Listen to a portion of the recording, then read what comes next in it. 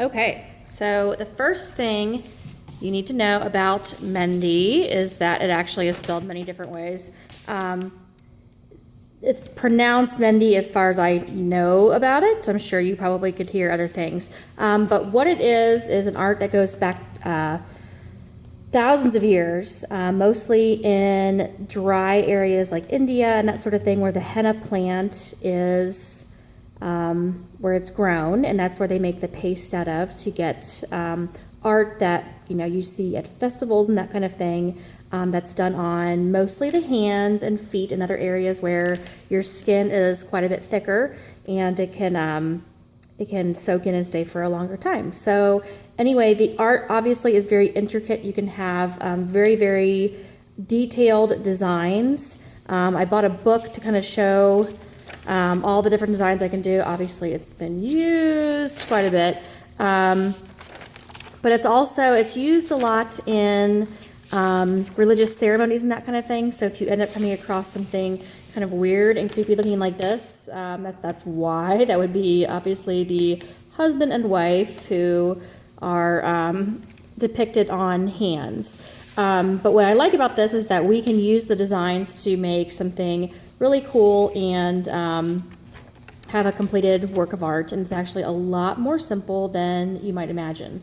Now with the book, obviously only one person can use it at a time, so rather than having the book, we do folders. So I have folders with multiple photocopies that everyone can kind of sift through, and each person at different tables can have one of these. So they can kind of go through and find a design that they would like to do. So I'm going to go through real quick and try to find something that's relatively simple, because then you'll see that once you have chosen a design, once you know how to do at least one of them, you know how to do pretty much all of them. So you don't have to choose an entire hand or any kind of entire design. You can just pick a spot that you want to do. So let's say I really like this design right through here. I'm going to use black just because black is going to show up really well on the white paper. But everyone can paint whatever colors they want to on the canvas first, and then use whatever color of paint markers they want to as well. So again, I'm just going to be doing this design right through here. And every single design that you do is going to start in the middle. So once you pick a design, find the middle. For this particular one, it's going to be this like black dot that's right here. Now that does not mean that you have to necessarily start in the corner of a canvas. So let's say this is the canvas, for instance. You really can start anywhere. So let's say I start with a dot, a big black dot. From my dot, it looks like I've got a circle that kind of goes around it. It does not have to be perfect. Notice that is completely imperfect. It is not, symmetrical whatsoever. Trust me, by the time you get done with everything, you are going to be the only person who notices that. The other thing that's in here now is going to be, it looks like kind of like a scalloped shape around the entire thing. This is very, very common and a really easy way to kind of dress up any design that you make.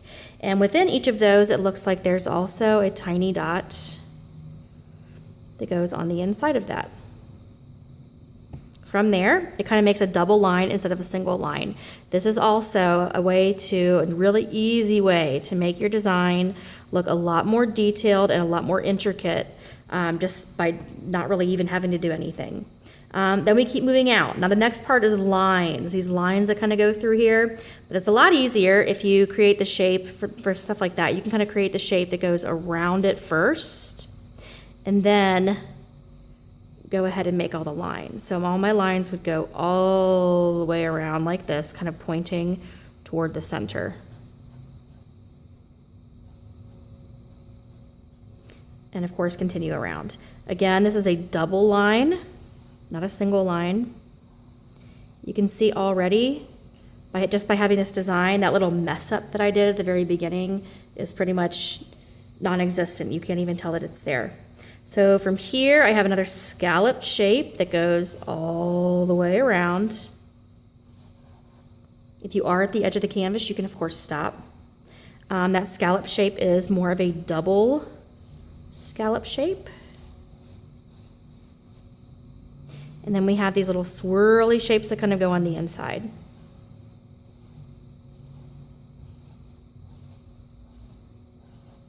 Like little 6s or 9s. From here, you can then choose something else. Let's say you start flipping through your papers and you find another design. And you're going to try to make these as continuous as possible. So when I have this, I'm not going to make a new design over here somewhere that's disconnected.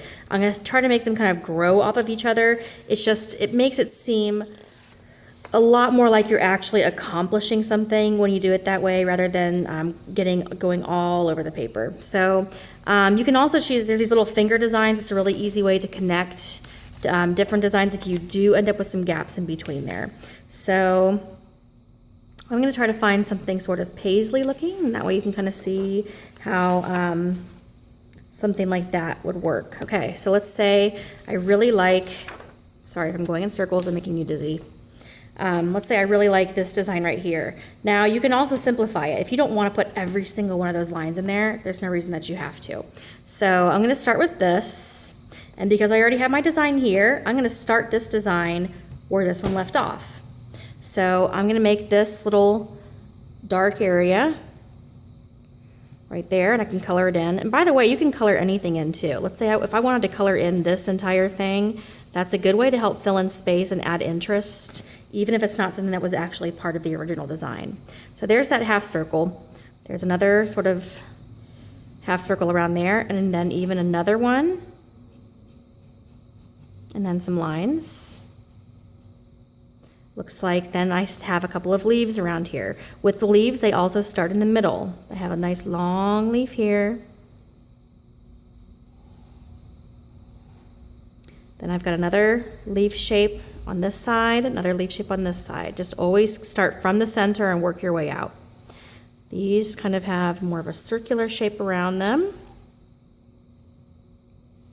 And then another circular shape around that even. Again, those repeating lines are a really easy way to make something look a lot more complicated than it really is. And then these, of course, have these little kind of like V shapes through here too. Obviously, you would be taking your time a lot more than I am to make it look nice, but I'm just trying to get through this.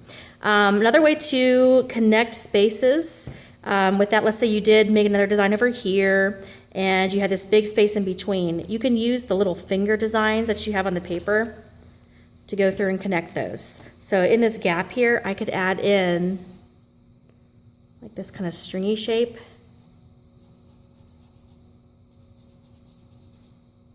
And it has like these little antennas kind of coming off of that. And you can see how it'd be really easy to go through and fill up an entire 12 by 12 canvas in a fairly short amount of time. I definitely recommend not making everything super small. I could make these designs, and I've seen this. When I've had people do this particular project before, they make these incredibly small designs. So rather than making it, this is probably like the size of like a kiwi right here, they make the exact same design, but they make it incredibly small. It looks amazing, of course, but the problem that you run into is that it takes just as long to make a small one as it does to create the bigger one.